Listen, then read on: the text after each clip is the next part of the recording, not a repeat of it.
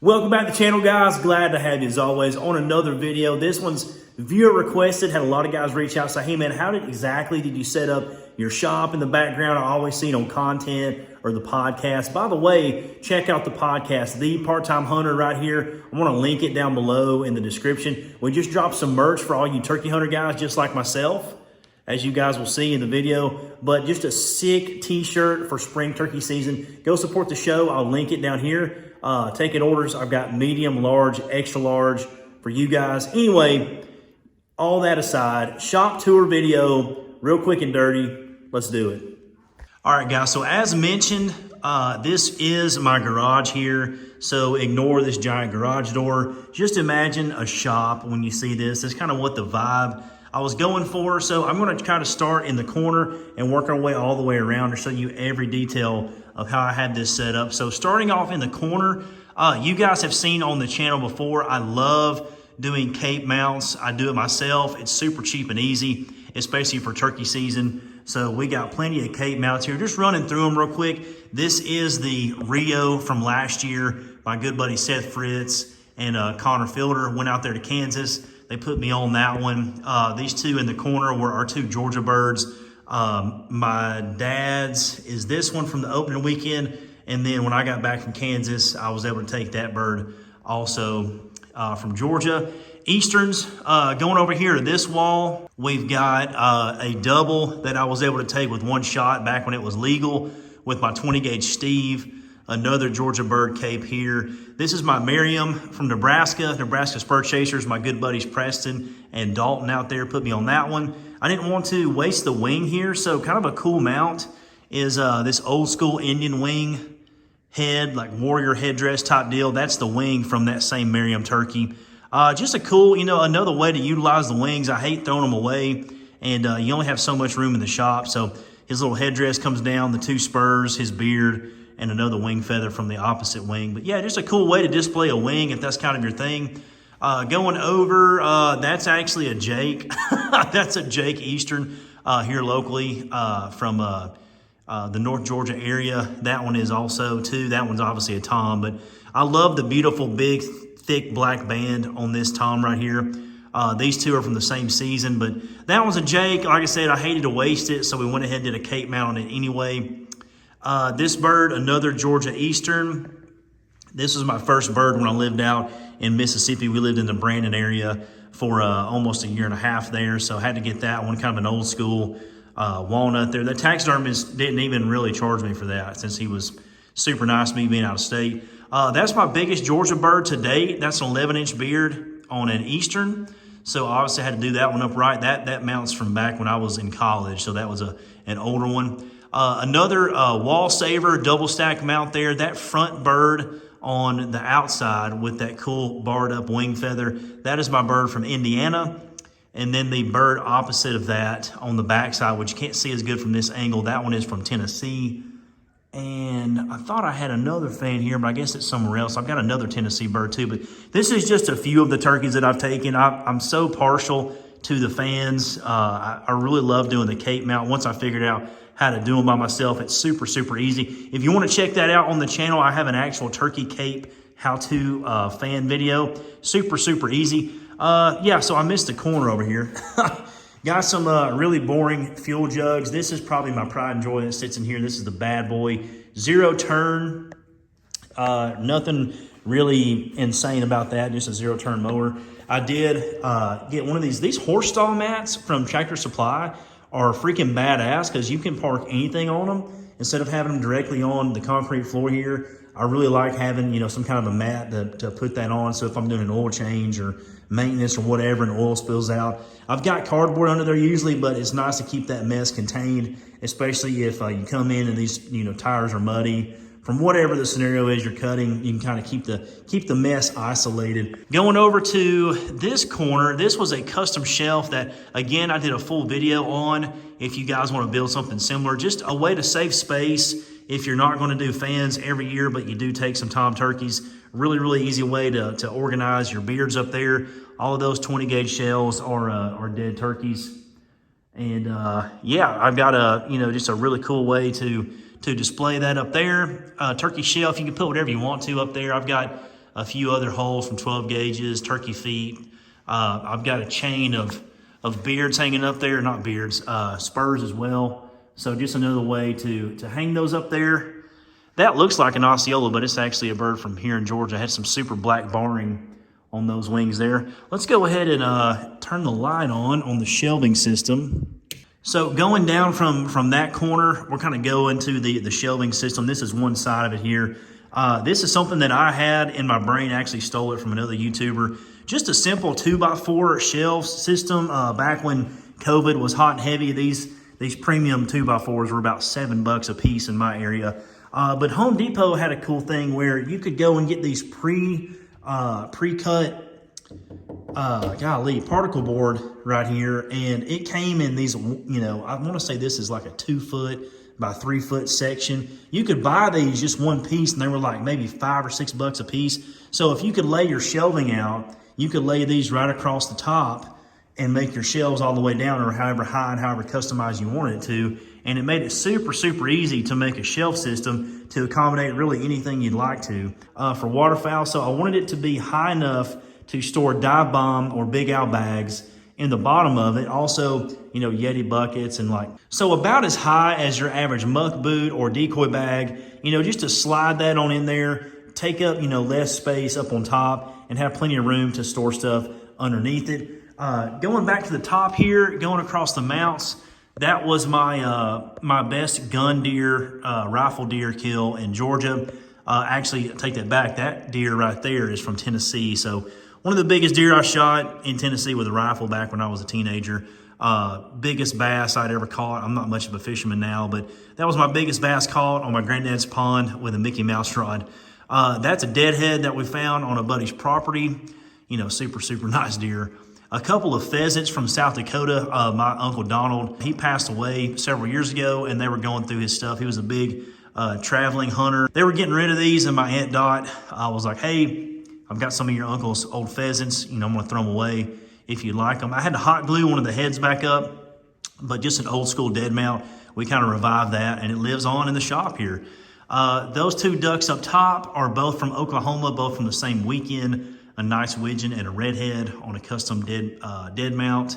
Dead mounts are cool. They take up less space, so I could add ducks to that as well. But yeah, just something in the future there. Going down here to the shelves, Bad Boy was nice enough to send out this steel sign, and the guys over at Bush sent out that display for the shop here.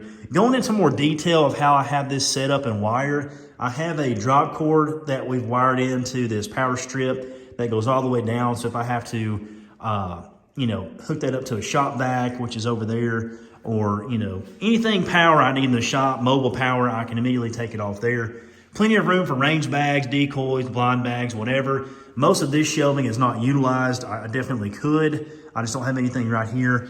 How we have the shelving, the lights powered here. This is just a power strip from Lowe's. Super, super easy to do.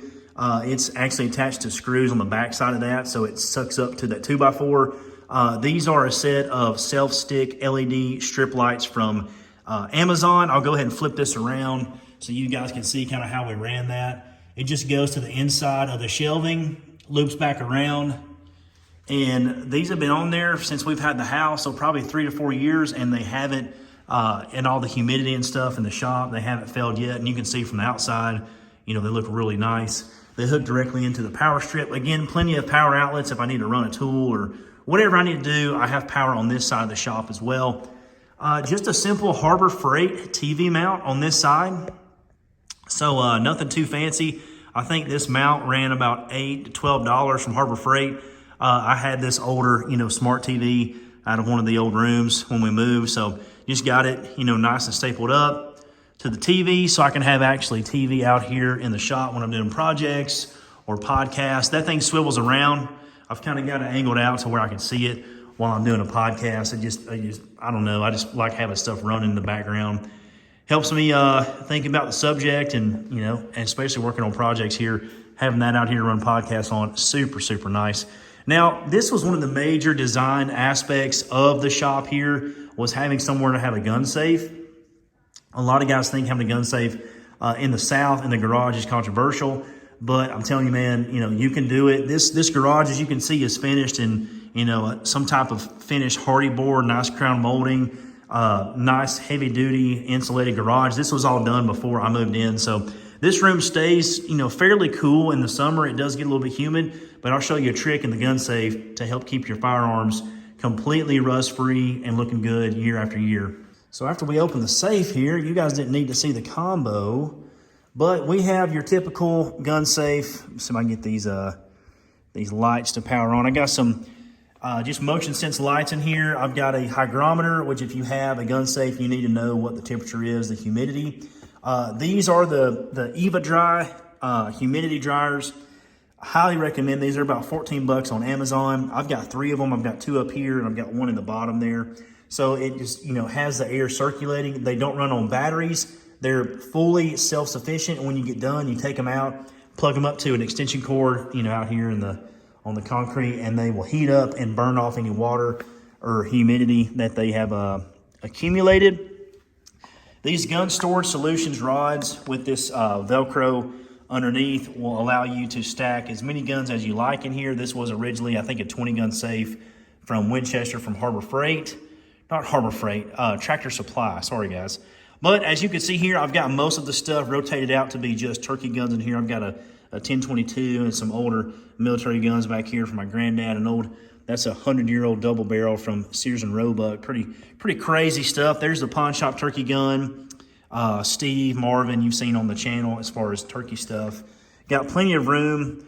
Get these lights to kick on for you guys. Got plenty of room for ammunition, pistol, shotgun, of course, Kent cartridge, steel shot. Got a couple of pistol hangers here. This is my granddad's old revolver and his last carry gun he ever purchased, a little old Ruger. Plenty of storage in the door pockets. Just a quick and easy view of the gun safe.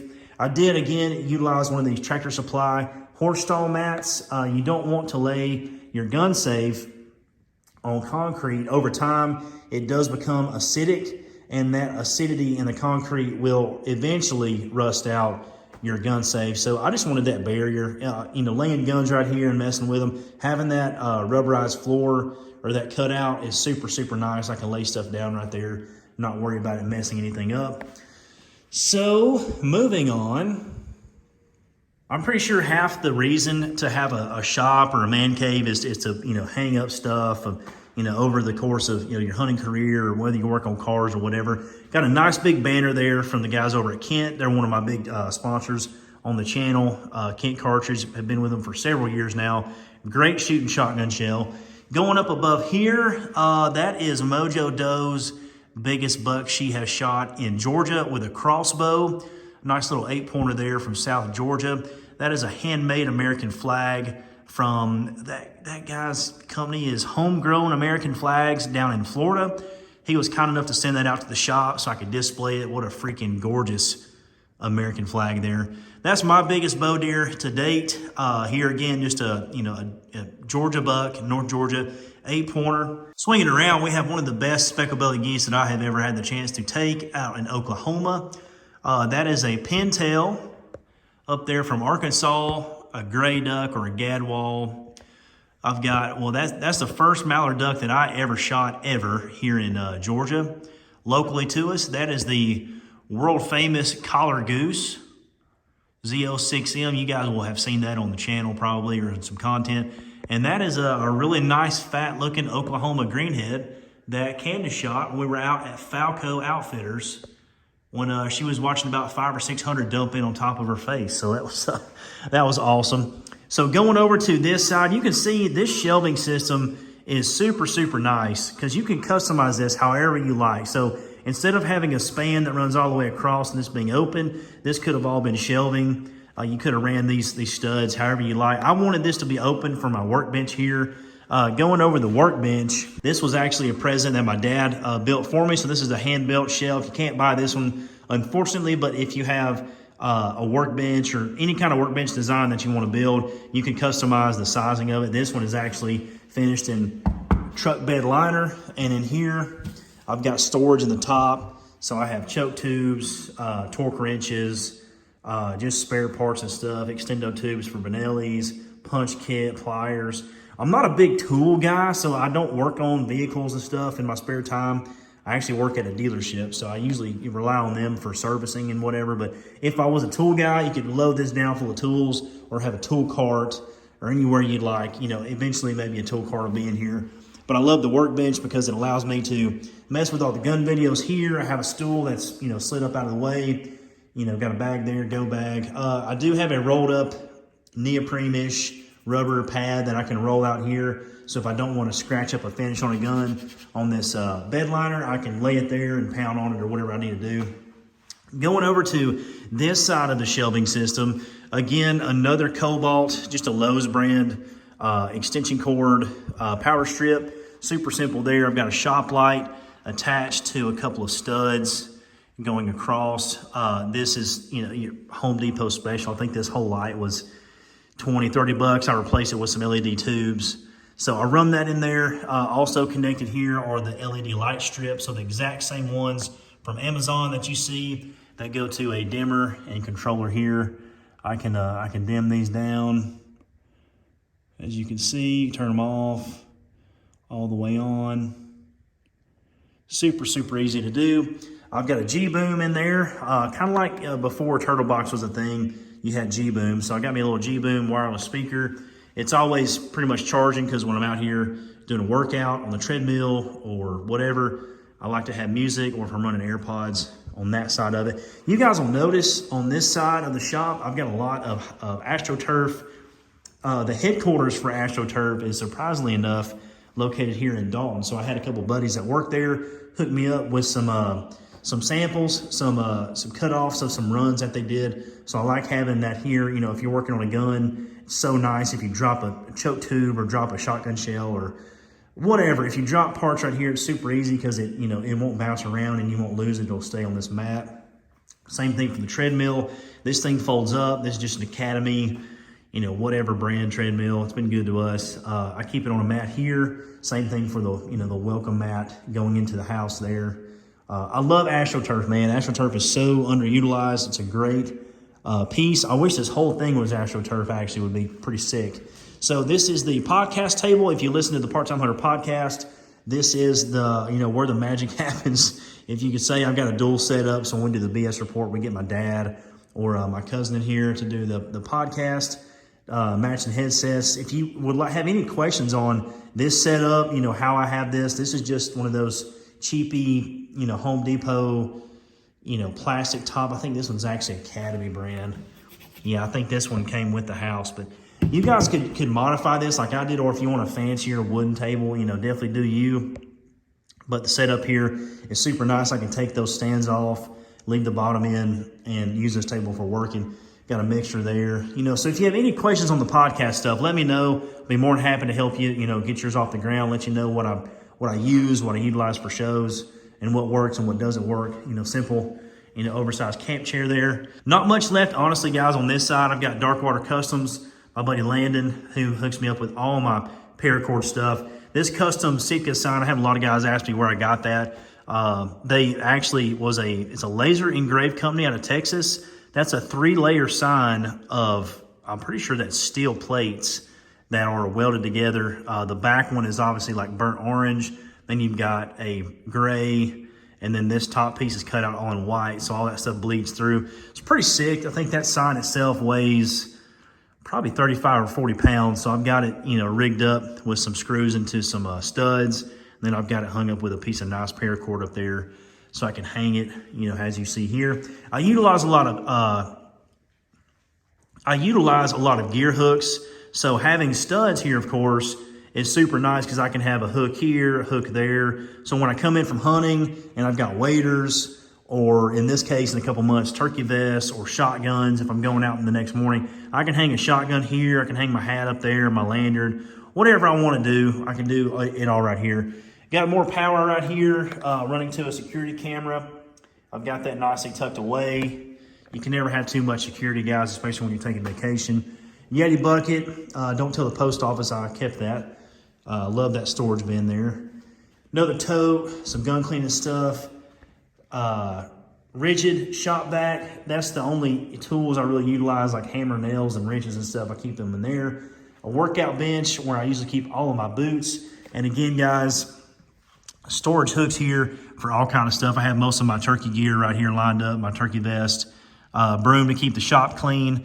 And then on display are just some older turkey decoys, the Avian X, that I don't really use anymore, but I like them in here in the shop. Give it that Bass Pro vibe. And everybody shout out to Candace's second place. The first time she ever played fantasy football, she won second place in our league. So she got a little second place trophy up there. Shout out to her.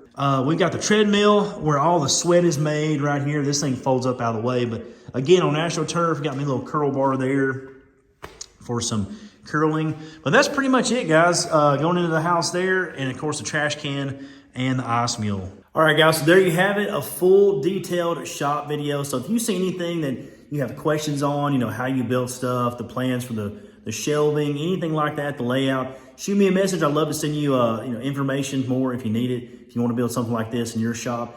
Did it on the cheap, self-built shelving. I think I got $300 in it. The gun safe at the time was like $3.99 on sale from Tractor Supply. So you can do this stuff. You can build this stuff on the cheap. I'd say for less than $1,000, you can build your dream shop. You can start adding mounts. Get out there, go hunt, get some animals mounted, and it's just a good excuse to have a place to go chill, get some work done. And I love coming out here and doing the podcast for you guys. So if you haven't already, check out the show. Check out IG right here, Mojo Buck 80. Catch you guys over there. And as always, boys, we'll catch you on the next one.